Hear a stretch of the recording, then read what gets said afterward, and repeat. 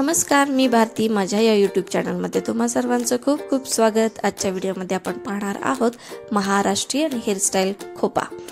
हा व्हिडिओ शेवटपर्यंत नक्की पहा. आवडल्यास लाईक करा, कमेंट करा आणि शेअर सुद्धा करा. चला तर मग व्हिडिओला सुरुवात करूयात.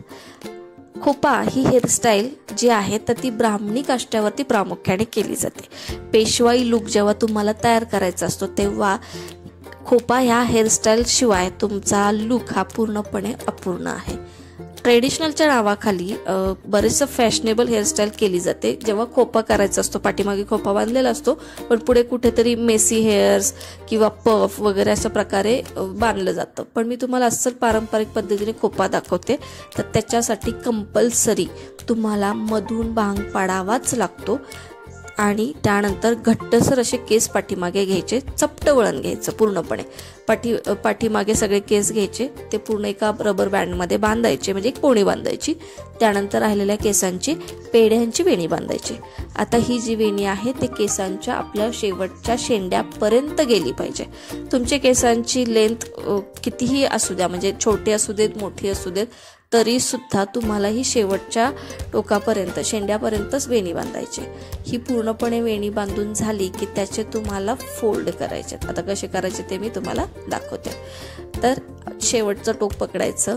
त्यानंतर एकदम छोट्या अंतरावरती वेणीच्या आतल्या बाजूने छोटे छोटे फोल्ड करायचे. एकावर एक अशी दुमडत वेणी मध्यापर्यंत आणायची. आणि त्यानंतर जो फोल्डिंगचा बंच तयार झालेला आहे तर त्याला रबर बँडने पॅक करायचं. याने काय होईल, वेणी एकदम घट्टसर राहते. जी शेपटी तयार होते आपल्या वेणीची तर ती दिसत नाही, ती पूर्णपणे झाकून जाते. रबर बँडने पूर्णपणे पॅक केल्यानंतर ही जी पूर्ण वेणी राहते तर तिला एका हाताने अशी उंच पकडायची. ती आपल्या डोक्याच्या वरती गेली पाहिजे. त्यानंतर जेवढे फोल्ड तुमचे बसतील तेवढे बसून तिला पिनअप करायचं. आता हे जे फोल्डिंग तुम्ही केलेलं आहे तर ते सुद्धा आतल्या बाजूने, म्हणजे वरती जेव्हा तुम्ही खोपा बांधता तर ते आतल्या बाजून त्याचं फोल्डिंग झालं पाहिजे. अशा अंतरावरती घ्यायचं. त्याची हाईट आपल्या माथ्यापर्यंत गेली पाहिजे.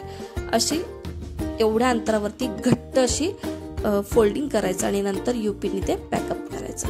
त्यानंतर आता ही खोपा ही हेअरस्टाईल सजवण्यासाठी खोपा नावाचंच एक ॲक्सेसरीज असते जी ह्याच्यावरती वरच्या शेंड्यावरती लावायची, जी एकदम छान दिसते. त्याच्याशिवाय ही हेअरस्टाईल अपूर्ण आहे. तर माझ्याकडे खोपा नव्हता म्हणून मी जुगाडू खोपा लावलाय. माझी अंगठी जी आहे तिला युपिन लावली आणि ती मी खोचून दिली. तर हा झाला आपला खोपा तयार. व्हिडिओ कसा वाटला हे मला नक्की कळवा. तुम्हीही नक्की ट्राय करा. आवडल्यास लाईक करा, कमेंट करा, शेअर करा आणि चॅनलला सबस्क्राईब करायला विसरू नका. पुन्हा भेटूया तशाच एका वेगळ्या विषयासहित वेगळ्या व्हिडिओ घेऊन. तोपर्यंत बाय बाय.